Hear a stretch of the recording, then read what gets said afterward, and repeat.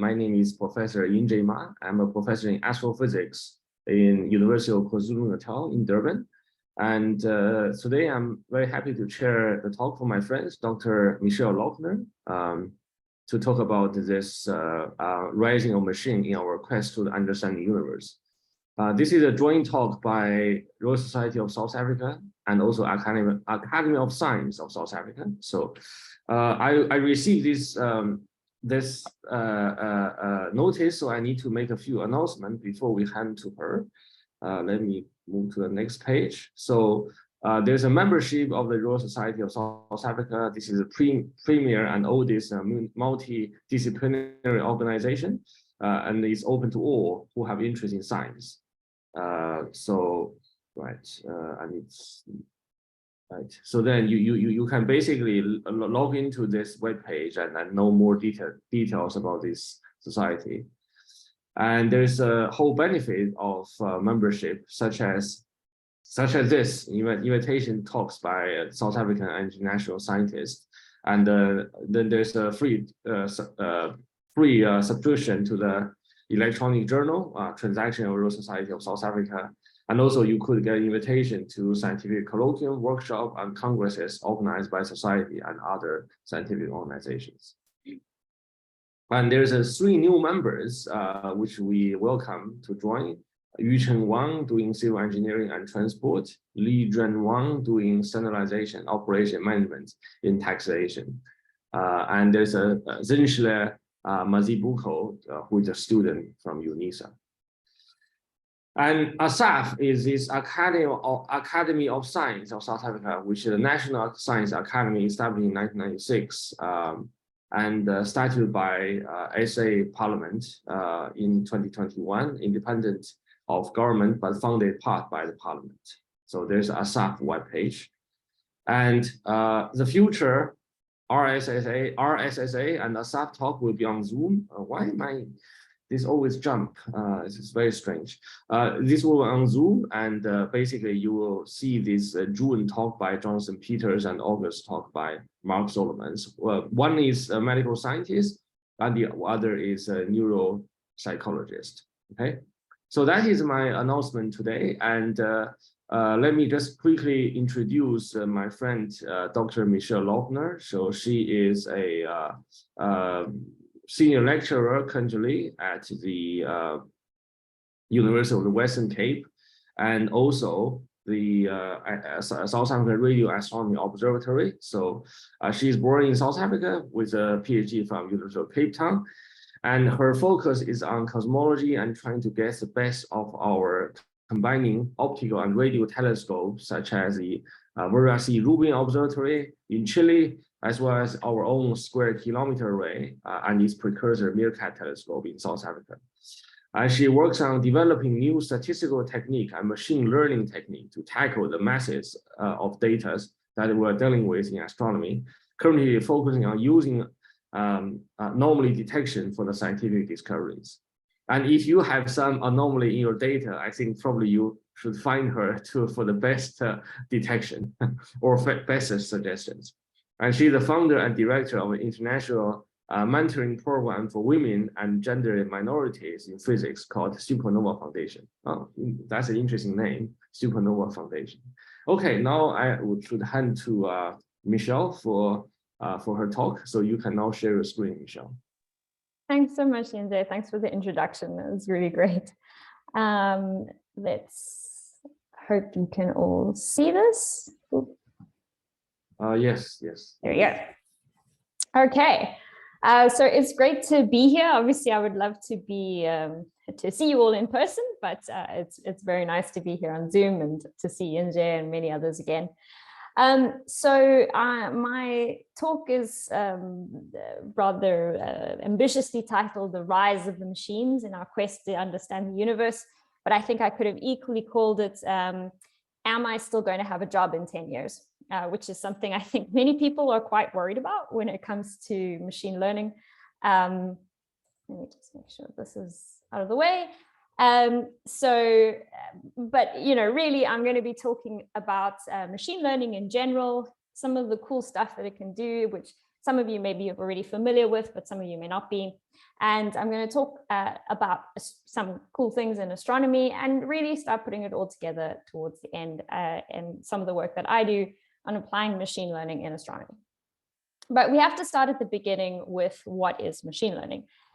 So I'll apologize to those of you who are maybe very familiar with this field, but I really can't assume that everyone is intimately familiar with machine learning. I think this is a term that's very pervasive. So chances are you've at the very least heard of it, but you may not really know exactly what it is. So first, it's worth taking a step back and understanding the difference between artificial intelligence and machine learning. So machine learning is just a branch of artificial intelligence, which is a much more broad term for really anything that can automatically make decisions. There is AI in your washing machine because it usually makes a decision on how much water it needs and how long it needs to run based on the weight of the clothes. That is technically artificial intelligence, but we're not really worried about that taking over our jobs. I guess unless your job is to do laundry by hand. Machine learning is quite special though. So most of the AI algorithms that we've used for many, many years have to be explicitly programmed. So someone has to write up the algorithm to make the decisions based on certain inputs. Machine learning is different because it can just take a bunch of data and you can tell it, so you give it a bunch of inputs, you give it a few example outputs, and it will automatically learn the program basically to get from those inputs to outputs. So you don't have to explicitly program it. And it turns out that this kind of flexibility is what is driving this incredible rise that we're seeing in AI at the moment. So I've thought long about how to explain machine learning in quite simple terms because, okay, yes, you might get the idea, but maybe not understand in depth how these algorithms might work. And so I took what I think is the simplest and most intuitive machine learning algorithm, which is a decision tree, and turned it into a kind of very simple game. So we can imagine that I have an image of an animal in my head, and you're going to try to guess what that animal is. And you can ask me a series of questions. So you might ask something like, how many legs does it have? That's a very reasonable thing to ask, and the answers might be 2 or 4, and there are certainly things that have more than 4 legs. And maybe I say to you, it has 4 legs. Then you might say, well, what color is it? And I could say, it's gray. And you might ask, does it have fur? And depending on my answer, I might be thinking of an elephant, which would fit into this category, or if it does have fur, maybe I'm thinking of a mouse. And it's easy enough to imagine different questions that you could ask in order to narrow down the animal that I'm thinking of. So this is a simple classification problem. We're trying to classify different types of animals. And the way we do that classification is based on these questions that I ask. This is actually a decision tree, right? So this is a very simple machine learning algorithm. But there's some key points here to take home. The first is, in order to build a decision tree, you have to know what to ask questions about. And those are what we would call features. Now, it's probably no good asking what the animal's name is, because that probably doesn't help you identify what type of animal it is. You have to ask questions about things that are going to help distinguish between different types of animals. So a really important step in machine learning is feature extraction. And that's a way of simplifying data down into what really matters, so that it's not so complicated and high dimensional, but it's simpler and algorithms can actually work with it. You have to also figure out how to ask the questions.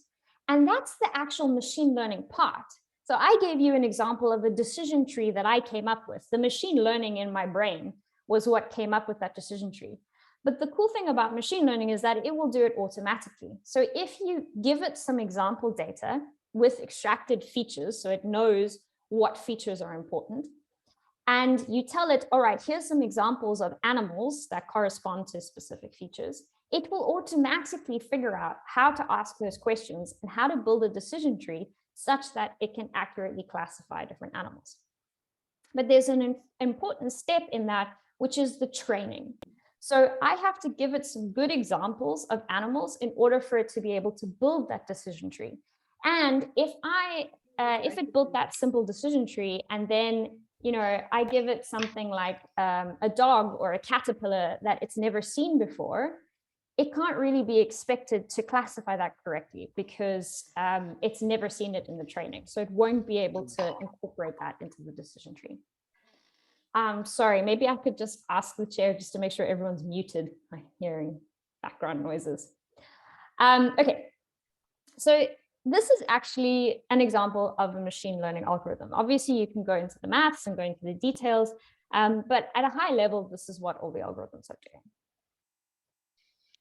Okay, let's talk a little bit more about feature extraction, because I think that this is a point that people often don't spend enough time on when discussing machine learning. And if we think of the example of fingerprint recognition, which is really one of the oldest uses for AI, and for many, many years, it was done manually by humans.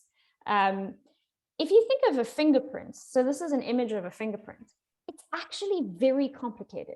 Every single pixel can have many different values, and there are many pixels. There could easily be 10,000 pixels, even in a simple image. But what you can do with fingerprints is, if you know a lot about fingerprints, you know that there are special points called minutiae points that are really useful at distinguishing between different individuals. And so if you just look at the fingerprint at those points, you can build this minutiae map and distill this very complicated image down to just a few sets of numbers. And that's what you can send into your machine learning algorithm. And this is a very important step, and it requires some amount of domain knowledge. So it can be quite a tricky step. Okay, and then I've already discussed decision trees, but I really would be remiss not to mention neural networks, because this is definitely the most important algorithm that's being used at the moment for very specific reasons. So neural network is arguably the oldest machine learning algorithm. It's a bit different from how a decision tree works in how it's structured, but ultimately you have all of these neurons kind of connected to each other that will activate or not, depending on the type of input, and ultimately be able to classify, the different types of animals, for example. And they're kind of based on how we think the human brain works, or how we thought the human brain worked a few decades ago. And the reason I specifically wanted to mention them is because the thing that's really revolutionized machine learning over the last couple of decades is deep learning. So this is where you take a neural network, or you have these neurons that are connected to each other, and you make them very deep. So there are many layers of neurons connected to each other. So they're extremely complex algorithms. But what they're able to do is skip the feature extraction step, or rather they're able to do it automatically. So you can just give it a bunch of images, and the majority of the training that it will do is learning good features such that it can build a good classifier for this example, classifying different animals. And it's really deep learning that's driven this incredible revolution we've seen in machine learning. All right, so that's a very brief overview of what machine learning is, but now let's talk a little bit about what it can do, which is really the most fun part of the talk. So what can you do with machine learning? In your everyday life, you encounter machine learning algorithms all the time. I guarantee it. You may not even realize it, but they are there. They're in your phone, they're in your computer, they're on the internet. They are even in the cameras on the streets when you're driving the streets of Cape Town. So if you've ever got a speeding ticket for an average speed trap, it's using license plate recognition, which is a kind of machine learning algorithm. So it will take a picture of your car at one point, and it'll take a picture of your car at another point. It's very easy to calculate the average velocity, and then you get a ticket in the mail if you are unlucky. And it's using a very straightforward machine learning algorithm to identify the numbers on your license plate. So that's a not so fun, but really quite practical use for machine learning. Something that's really impressed me is the image recognition aspect of machine learning. So this was being able to classify images was actually a massive unsolved problem in computer science for many years. There was this big challenge where there was a data set, a hand-labeled data set of millions of images called ImageNet. And there was this challenge to the community to try to build algorithms to classify different images. And it was a deep learning algorithm that by far did the best. And that kind of kicked off the revolution. Now we're able to couple different types of neural networks together to not only classify different images, but actually write sentences describing what's in that image. So for instance, on the left, it says, a construction worker in an orange safety vest is working on the road, which is quite a good caption. I included the one on the right because it's an example of where machine learning fails a little bit. So it identifies it as two young girls playing with a Lego toy, but actually that one is almost certainly the child's mother. So it's just an example of how machine learning is incredible in what it's been able to do, but it's certainly not infallible. And it definitely does make mistakes from time to time. Okay, this is my favorite one. And if we were in person, I would actually get you, we would do a live Turing test. So I would get you to vote on which you think is the, so I'm going to show you two pictures. One of them was created by a human artist, and one of them was created by an algorithm. In person, we would vote, but it would be too complicated to do that now. So what I'm going to do is I'll just show it to you, and just in your own mind, just think which one do you think is made by a human, which is an algorithm. Okay, if you thought that image A was human made, you were wrong. That was actually made by a computer. Let's try another one.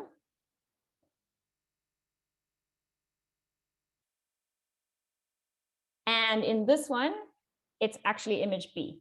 So this is artworks generated by algorithms. And there's a huge amount of debate of what does it mean to be creative if we have algorithms that can create beautiful artworks, and are they actually stealing artists' work because it's trained on millions of images online that people have created? So there's some very interesting philosophical arguments there.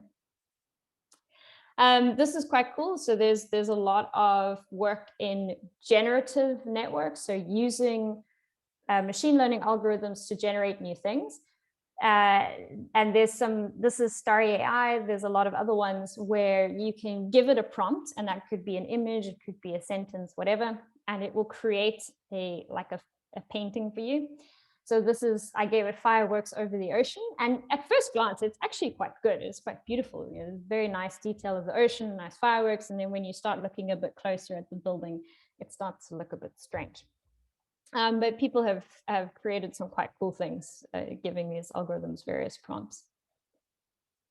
Writing, so this is where this field is just grown in leaps and bounds. So the first example I like to show, just because I think it's so funny.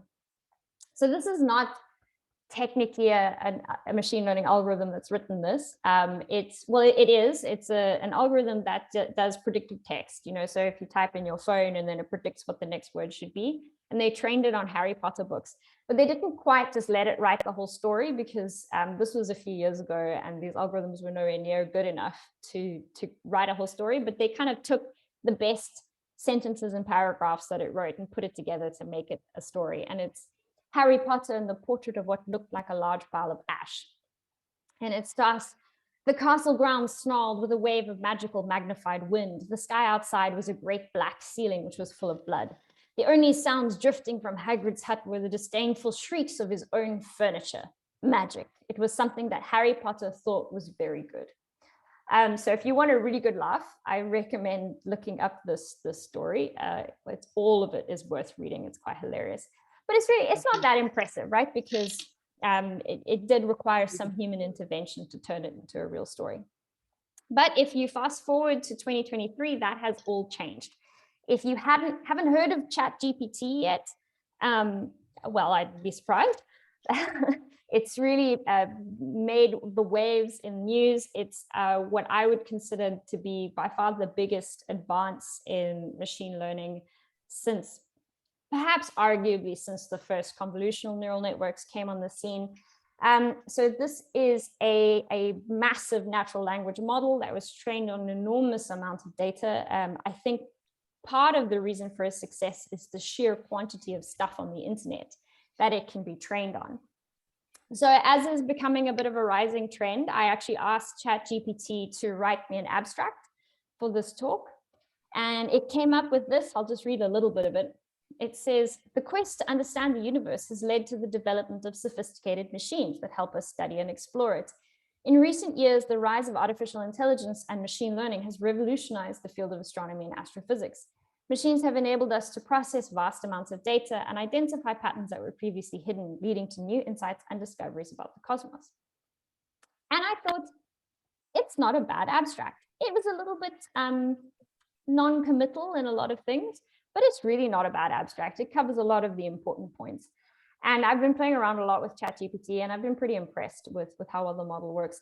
Sometimes it gets things wrong. I asked it to do a Fourier transform the other day, and it wrote a lot of maths that turned out to be completely rubbish. But what it's capable of is really quite amazing, and it's really quite a step change from anything I've seen before it. Back to my very first point, am I going to have a job in 10 years? I think this does represent, we talk about the fourth industrial revolution. So an industrial revolution inevitably means job losses. And something like ChatGPT actually is having an impact in a lot of fields. I was chatting to a guy the other night who his job was to write the kind of listing descriptions on a website that's quite similar to Airbnb. So where people will come and rent people's homes for a holiday, that kind of thing. So you had to put the listings in a particular format. And he says, ChatGPT has made his job like 10 times easier. He can do things 10 times as quickly because he'll just give it the important points about the listing and it will write it for him. And that's really cool. But at some point, someone's going to realize that instead of needing 10 people to do this job, they just need one person who knows how to use ChatGPT. So this is definitely something that's very, very influential in all fields. It's also an absolute nightmare to anyone in education because plagiarism has never been easier. Okay, so this is probably one of my favorite and most impressive applications of deep learning. And there's a really nice documentary about this on Netflix that I highly recommend. So you all know that many years ago, an algorithm was developed that could beat even the best chess player in the world.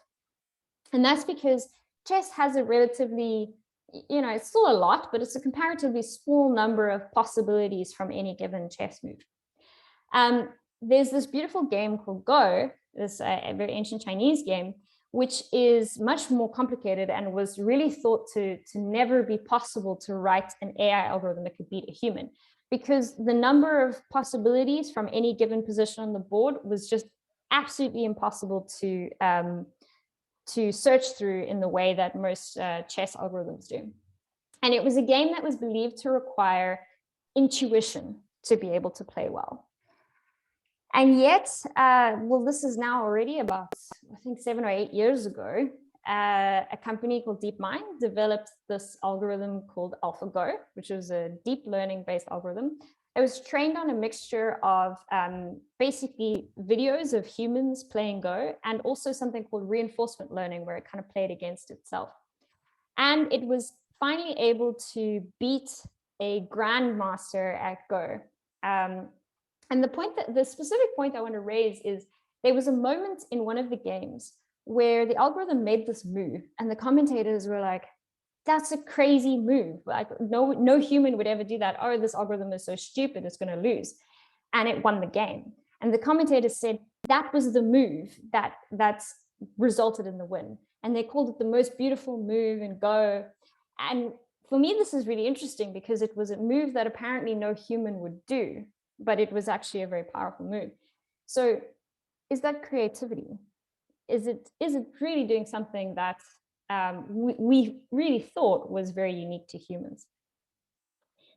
And probably not many of you play computer games, but I do. And there's actually a version of the same. I'm sorry, is someone talking? I can hear someone talking. If anyone has host controls, maybe you could just mute. Any questions, or that's just noise? I think it's background noise. Okay. Okay. Maybe yes. You could just. Okay. Carry on. I'm not. I don't have the host control here, so I cannot mute. But carry on, please. All right. Thanks, Yunjing. Yeah, maybe if everyone could just make sure they are on mute, because there's definitely a bit of noise. Oh, it's still there. Okay, I will try to carry on. All right, so there's a computer game called StarCraft, or StarCraft 2 specifically, which is incredibly complicated. There's different units, millions of different things you can do at any point in the game. Previously, AI algorithms were not particularly good, but now the same algorithm has been applied in StarCraft and is also able to beat some Grandmaster StarCraft players. So this is quite cool. All right, so hopefully by now you're impressed and amazed at all these incredible things machine learning can do, many things that we really felt were, that for many people felt was out of reach of computers. So now let's talk a little bit about some science, because obviously, you know, this is a scientific society, so we must definitely bring in some astronomy. And it's a really, really, really exciting time to be an astronomer. Hundreds of years ago, optical astronomy, you know, if you think about astronomy, this is probably what you think of, a bunch of old guys with beards looking through a telescope at the stars and going, ooh. So we've moved on a little bit from there, but many of the fundamentals are still the same. So optical astronomy is still a very, very core part of this field, and we now have just much, much bigger telescopes. There's one in particular that I'm very excited about called the Vera C. Rubin Observatory. That's named after a woman astronomer who discovered dark matter. And this is under construction in Chile. And it's about an 8.4 meter mirror, which is quite large, but that's not the thing that's amazing about it. The thing that's amazing is that it has clever optics and a really, really, really big camera. So basically, if you compare the area of the sky, the field of view that the telescope can see of something like RSSAf, which is also one of the best telescopes in the world, the Rubin Observatory is just massively bigger. So we can fit 7 full moons across its field of view. And what this means is that it can see a large part of the sky at once, and it can survey the whole sky very quickly. So we're observing almost the entire southern sky roughly every 3 nights, which is really quite unprecedented.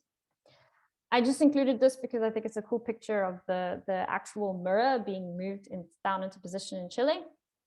And the amazing thing about it is that this is the biggest camera in the world. It's like a 4 gigapixel camera. And it's sort of 2 meters across. There's an actual CCD 2 meters across. So it's really quite incredible. And what this whole combination means is that you've got this huge field of view, this huge camera, this huge mirror, and so what you get out is science. So the cool thing about the Rubin Observatory, it's going to do this 10-year survey called the Legacy Survey of Space and Time, or LSST. And it's a very ambitious survey because instead of focusing on one particular thing, it's basically going to do everything with just this one survey. And it's everything from studying near-Earth asteroids that could potentially kill us, explosive events like supernovae, our own Milky Way, we're going to study in great depth, and the field that's I kind of got started in, which is cosmology, which is looking at the largest structures in the universe, trying to understand how the universe itself came to be in this configuration that we see it. So it's really extremely ambitious. So that's on the optical side. So the stuff that's, obviously the optical part of the electromagnetic spectrum, the stuff we can see with our eyes, but astronomy doesn't stop there. We study the universe in the full range of the entire spectrum. And very close to home is radio astronomy.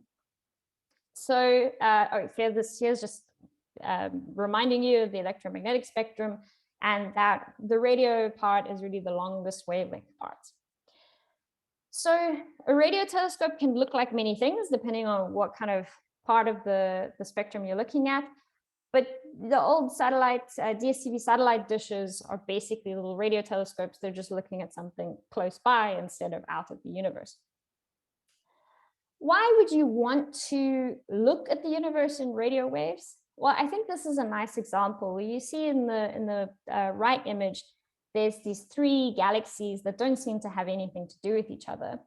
But when you look in radio, you see this amazing cosmic dance with all this gas moving between galaxies, interacting. You get a full picture of the system. So there's many things that we can't see in the optical or other wavelengths that we can see in radio. Now, some of the early radio telescopes looked like this, and in fact, there are still some that look not that different from this, bits of wire and metal just stuck in the ground. But these days, we have things that are much more sophisticated, like our beautiful Meerkat telescope, which is considered a precursor to the SKA, which I'll talk about in a minute, and is built out in the Karoo. And really, in my completely professional, unbiased opinion, is the most beautiful telescope in the world, produces the most beautiful data, which I'm going to show you in a minute. The Square Kilometer Array, which I'm sure many of you will have heard of, will be the biggest telescope in the world once it's built. By some arguments and measures, would be the biggest machine ever built. What this is a huge radio telescope, and it's actually split between South Africa and Australia. And you can do that because the Australian part is really a different instrument. It's looking at a lower frequency part of the spectrum, and the SKA coming to South Africa will be looking at the sort of mid-frequency part. And but we're all working together, considering it as one observatory. And it is now officially under construction. SKA Mid is under construction in the Karoo. So out near the site where Meerkat is, they're starting to install dishes, and eventually Meerkat will form part of SKA Mid. There's a picture of Meerkat itself. It is 64 antennas, you may be interested to know. And the reason it is arguably one of the best radio telescopes in the world is because it has a lot of antennas, and some of them are far apart. So you can think of a radio telescope, or especially a radio interferometer like this, like a pair of ears, right? So your ears help you pinpoint where a sound is coming from. That's why you have 2 of them. If your ears were really, really far apart, you'd be able to pinpoint sounds with great accuracy. So Meerkat's got a lot of antennas that are quite far apart, but it's also got a lot in the middle, which means it can see really faint stuff as well as at a really high resolution. So it's really very special. And just to show you how special it is, this was the inauguration image. So this is an image of the center of the Milky Way, what it looks like in the radio. There's a supermassive black hole in the middle there, emitting all this radiation. And you can see these like round bubbles to the side that are supernova remnants, and these beautiful streams that are coming from the magnetic field. And to be honest, people are still studying since this image came out. There's really a lot of information here. All right, so that's a brief primer on astronomy. So we've gone through machine learning, we've gone through astronomy. Let's dive in and put the 2 pieces together. Okay, so remember I talked about the Vera C. Rubin Observatory. And remember I said it had this big camera and this big field of view, which means it can image a big part of the sky every 3 nights. So it's making kind of like a movie of the sky, which is really incredible. So this is, maybe it will play. This is just a simulation of what it will look like. And every single dot that you see is something called a supernova. That's the death of a star. And these are very important. I'll talk about them in a second. but you can just get a feel for the sheer number of supernovae that will be detected. And we haven't even got through year 1 of the survey. So,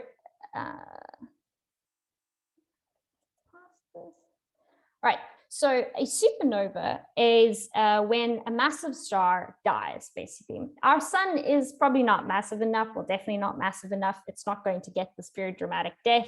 But bigger stars, they burn hydrogen and eventually they run out of fuel. And they collapse in on themselves in this absolutely massive explosion.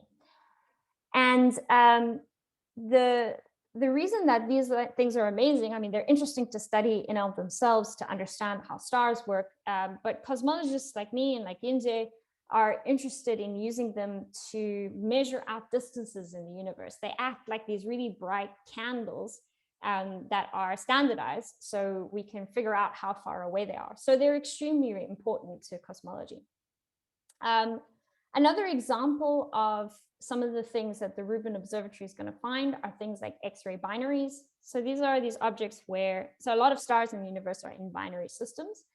And these are objects where one of the stars has gone supernova and left behind either a neutron star, which is just a really, really dense star, or a black hole. And it will suck matter or accrete matter from its companion and then do things like, obviously they'll rotate, so they'll be variable and you'll get these occasional flares. And they're very interesting stars to study. And then another example of something changing in the universe, I mean, you probably think that when you look out at the sky, it stays the same, but it's not. Like, there are things changing all the time. You just need a powerful enough telescope to see them. Another example of something that changes all the time is an active galactic nucleus. So you remember when I showed you that picture of the Milky Way and I said there's a supermassive black hole in the middle there? It turns out that there's a supermassive black hole, which is a black hole, which is the densest thing in the universe. That's can be millions of times the mass of the sun. And this thing, if it's got a lot of stuff around it, like stars and gas, it will accrete it and basically emit lots of energy. And we see these as jets. I'll show you some examples in the radio, but in optical as well, we can see these things varying and changing over a long period. So these are all examples of things that we'll see when we make our movie of the universe. Now, where does machine learning come in? Well, Rubin is so good at this. It's really going to detect quite a lot of these things. In fact, if I asked you to think of how many of these transients are we going to see in this 10-year survey, the number is 10 million, but not over 10 years, every night. Every night, 10 million things on the sky will change in brightness.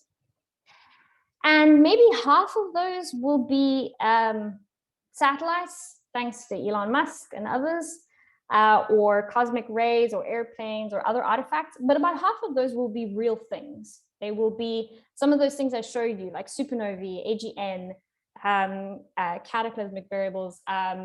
There'll be variable stars. There'll be all kinds of astrophysically interesting objects, doing their thing every night. So the question is, how do we still do science with so many objects? And all we have is something that looks like this. You have this image on the left, and then you have this image on the right. So it's this spot in the sky that gets brighter. You don't have a huge amount of information about these objects. And with 5 million or 10 million objects to look through every night, there's just not enough grad students in the world to go through them all. And that's where machine learning comes in. So this is something that I've been working on for a few years, and a lot of people in the field are very interested in, which is to take the data that we have about how the brightness changes with time and train a machine learning algorithm to classify this into different types of transients.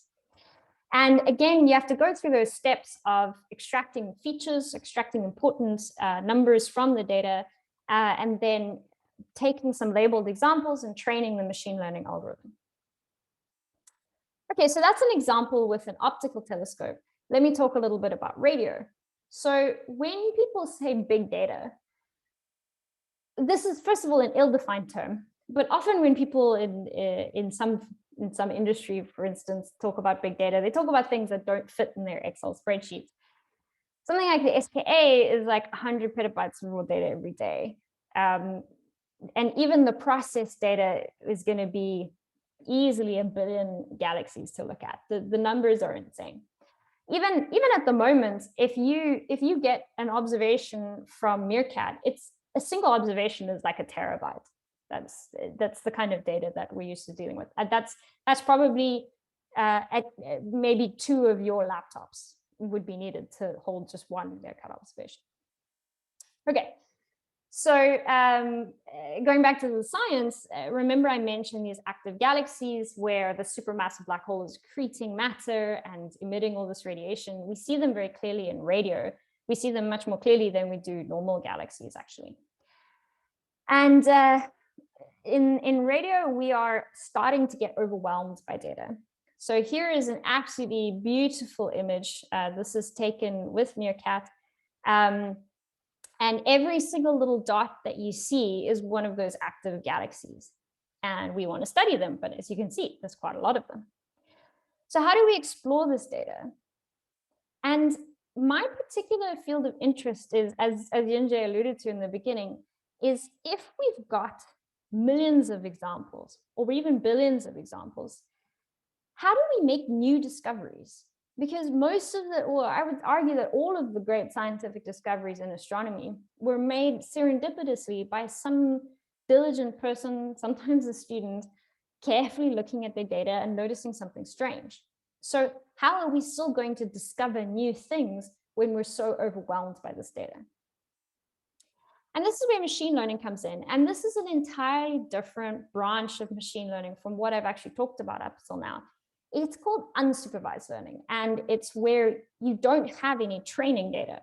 Because by definition, if we're looking for things that we've never seen before, we can't have any training data. So we instead try to develop algorithms that can learn what normal looks like and identify anything that doesn't look normal. So here's an example from a paper. I just realized I didn't put the link in there. A paper that I published recently where we took a Meerkat image and we isolated all the different sources. And you can see some examples on the right. So there's the whole image of this whole patch of sky. And then there's the individual sources, some of which look more unusual than others. And so what we do is a somewhat similar process to before. We still have to extract features for these individual images. But then we use a different machine learning approach to try to look for things that are more unusual, so are the anomalies. So for example, in this plot, it's a very useful tool for visualization. Every single point on this plot actually represents an entire galaxy. And in these ones on the right, there are things that, well, to you, you're not used to staring at radio galaxies, but to me, those are fairly ordinary galaxies. They're not well resolved. We can't see very much of what's going on, but they look like just ordinary active galaxies. But if you start looking at some of the ones that have a higher anomaly score, then you get things like this is where there's an active galaxy that's got jets that it's obviously interacting with its environment, and those jets get kind of pushed around to make this thing that looks almost like a comet. Or something like this, where the jets are interacting with they're in a cluster and they're interacting with all the gas in the cluster that makes these beautiful plumes and strange shapes. Well, this is a spiral galaxy, which is actually quite normal in optical, but quite rare in radio.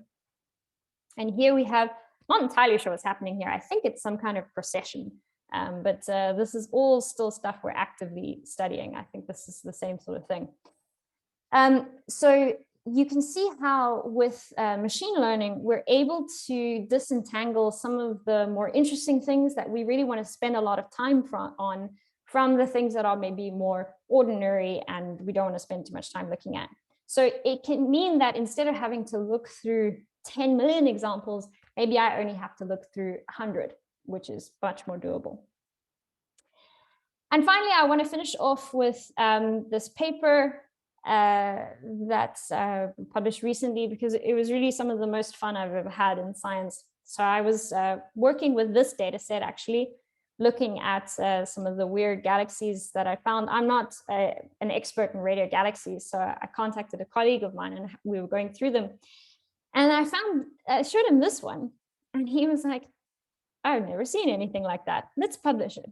So what you're looking at in purple, because it's radio images, so I get to make the color whatever I want, so I made it purple. So in purple, you've got the radio emission, and it's on top of the background of an optical image that we found. And we don't really know what this is. What we did, there's these class of objects called odd radio circles that were discovered by our Australian colleagues. Astronomers you should never let an astronomer name anything, because we are notoriously bad at coming up with names. So odd radio circles, or AURCs, were discovered by our Australian colleagues. We weren't sure this was an AURC, so we gave it a different name, but we thought we should, have deference to the Lord of the Rings theme. So we called it Sauron, which is a tortured acronym for steep and uneven ring of non-thermal radiation. So here's the comparison between Sauron and one of these AURCs. Visually, they look quite different, actually, but a lot of their physical properties are actually very similar. And in both cases, you need something to cause this ring-like structure. So we looked at quite a few theories. My personal, the one I think is the most likely, but we still need more data to be sure, is where you have two supermassive black holes merging and causing this massive explosion. And that's what makes this ring, and the jets from the supermassive black holes making these bright hotspots.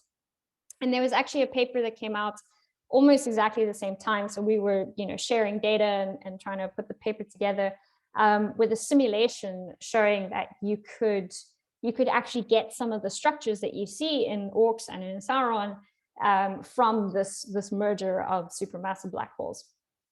So this was just a great example of how applying a machine learning algorithm can actually result in some real science.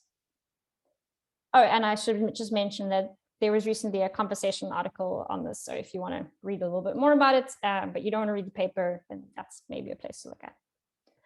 Okay, let me finish off by looking to the future. So for many people, when they think about machine learning, they are afraid. They think Terminator. And maybe we're not going to face Terminator just yet, but there are some scary things. There's the Cambridge Analytica scandal a couple of years ago. There are robots using AI with guns on them in certain war zones. There are, in fact, scary things when it comes to machine learning. Some people, particularly in science, can be quite dismissive. When they think of machine learning, they might think of this robot built by Boston Dynamics that's, really just having the worst day of its life. For me personally, I'm excited. I see an incredible amount of potential in machine learning. I see it maturing at just the time that we need it, when we are just absolutely drowning in data. And I think that there's an incredible amount of discoveries waiting for us, and it will all be thanks to these tools. So that's it. The future of astronomy is right now. Thank you very much.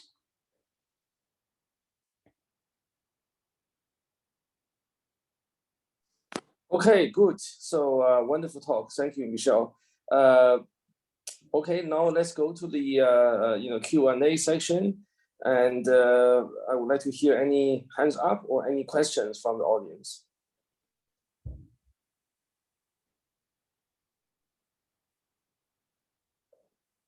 Okay, if no, then I can kick off the first one. So you have mentioned the ChatGPT, which is certainly a very influential, new technology from the beginning of the year. I wonder, does any astronomers have utilized ChatGPT to do any branch of research or such, or any any helpful, useful way of using ChatGPT for astronomy?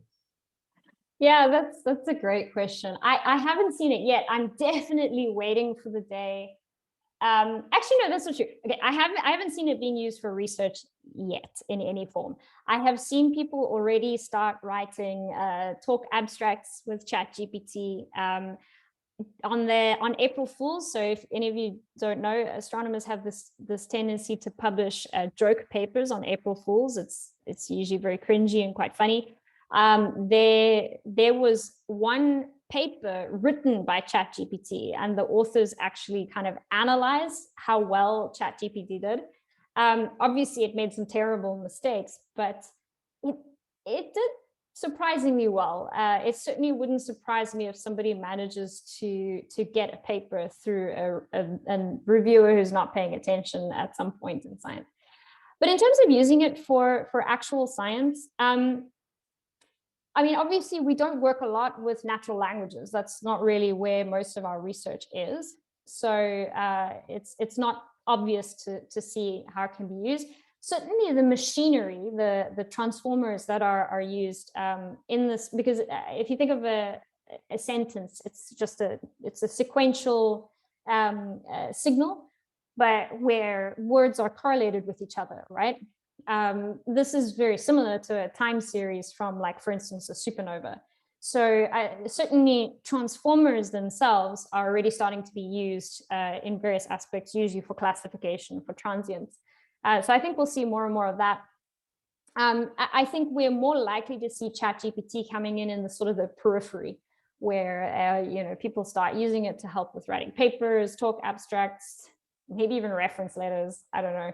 I think I think we can't get away from it. I think it's going to be around. By what programming languages are mostly commonly used in your work? Sorry, say that again. It asks what programming languages are mostly commonly used in your work. What program do you use, yeah. basically? That's great. So definitely Python is the most commonly used. I think we all use Python extensively. In my research, I have made a little bit of use of JavaScript. So the algorithms that I use to do the anomaly detection actually includes something called active learning, where the human has to kind of give the algorithm feedback to improve it. And for that, I needed an interface. So I built my own web interface using JavaScript. But I would say that's not very common. I don't think too many people make use of it. It's really predominantly Python. And of course, in some high performance problems, I think C++ is still quite commonly used. Maybe you'll run against some Fortran code if you're unlucky, but predominantly people use Python. Yeah. And another question is, I mean, this question is actually not clear to me. Is there a possibility that we could create (C) a universe that is real and that is not real with the help of machine learning? I don't really understand this question. The wheat shoot. Can you explain what's your question mean?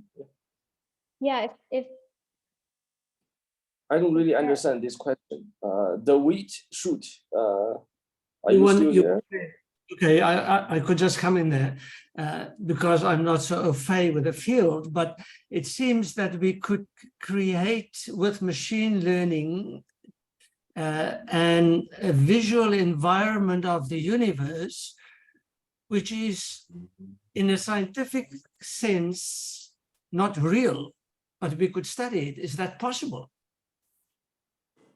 Let me try to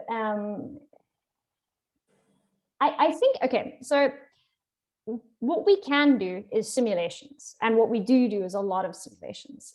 So we do certainly run gigantic simulations of the whole universe to study it. And these can range from quite simple simulations that just apply, what we know about gravity to kind of study how particles, like, for instance, how the structure of the universe evolves. And then you can get quite complex simulations that include hydrodynamics, so like include stars and gas and things interacting. And these are extremely important tools for cosmology in particular. So I think that's the closest to what you're saying about, you know, creating a universe. And people are definitely looking into using machine learning for these simulations, in particular because they're very expensive computationally. And what machine learning can do really well is emulate things, so speed them up. What people are also looking at doing is simulating galaxies. So the same sort of algorithms I showed you that generate artworks can be used to generate galaxies. So there are definitely things like that. And I think your question is kind of the concern that these algorithms could be making up something that's not real at all, that has no bearing on the real universe. That's definitely a concern. It's certainly a concern I've had with some of the generative algorithms people look at. Obviously, we're scientists, so we do try to be careful and we interrogate these things, we try to understand them, try to measure, make sure that they can predict properties that we know match up to what we really observe in the universe.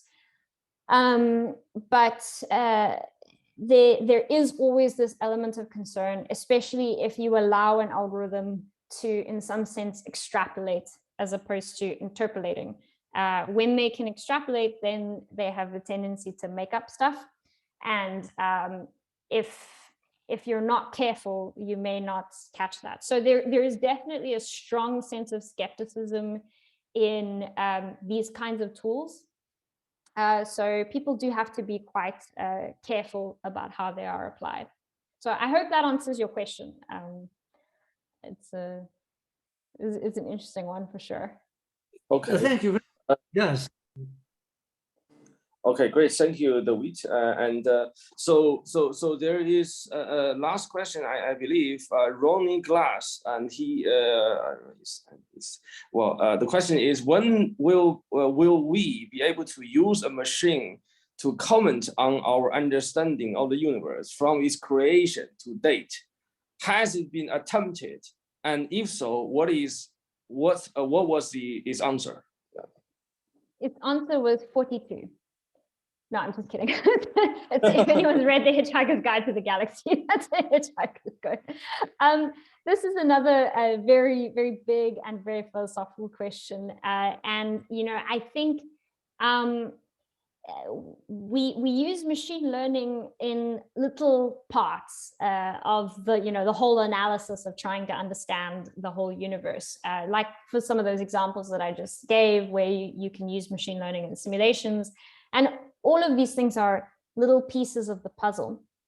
What some people are looking at is, which I think is really interesting, is bringing machine learning into the theory space. So we have this model of the universe, you know, that goes from the Big Bang to now and can explain pretty much everything that we see, at least on a kind of large scale, with just 6 numbers, which is really quite incredible. But there are shortcomings in that model. The main thing is that we don't really understand it. There's this thing called dark energy that's you know, more than 70% the energy density of the universe, and we really don't know what it is. So there's a lot of things that are not great about that model. So what some people are thinking about doing is actually using machine learning in theory space. So instead of having a human sit there and come up with a model for the universe, you kind of give the algorithm some data so that it's got some kind of constraints, and then basically it can try to build models out of basic mathematical functions to try to describe that data. And people have done this. There's a very, very nice example of doing this where the algorithm was able to learn like Newton's laws, basic electromagnetism, you know, so very simple physics laws that we can write down with simple equations. So there is interest in trying to do this for cosmology. Obviously, if it writes down an equation that's like 3 pages long and 7 million parameters, that's not really going to be useful for our understanding of the universe. But I think there is something interesting around, it's similar to that example with AlphaGo, where maybe this algorithm could explore a part of theory space that we haven't explored. And I think that could be really promising, and it kind of just gives you a new avenue to look at, because I feel like we're quite stuck as a field with this model. So yeah, so that could be an interesting place where machines can, maybe they won't understand, but maybe they can help us in our understanding. Okay, good. Thank you for this wonderful answer. And I think we go to the end. I don't see any more questions now. There's a few comments for your excellent talk. So thank you again, Michelle. And thank you so much, thank you for thank you. Yeah, thank you for the audience for attendance, and see you next time. Bye-bye.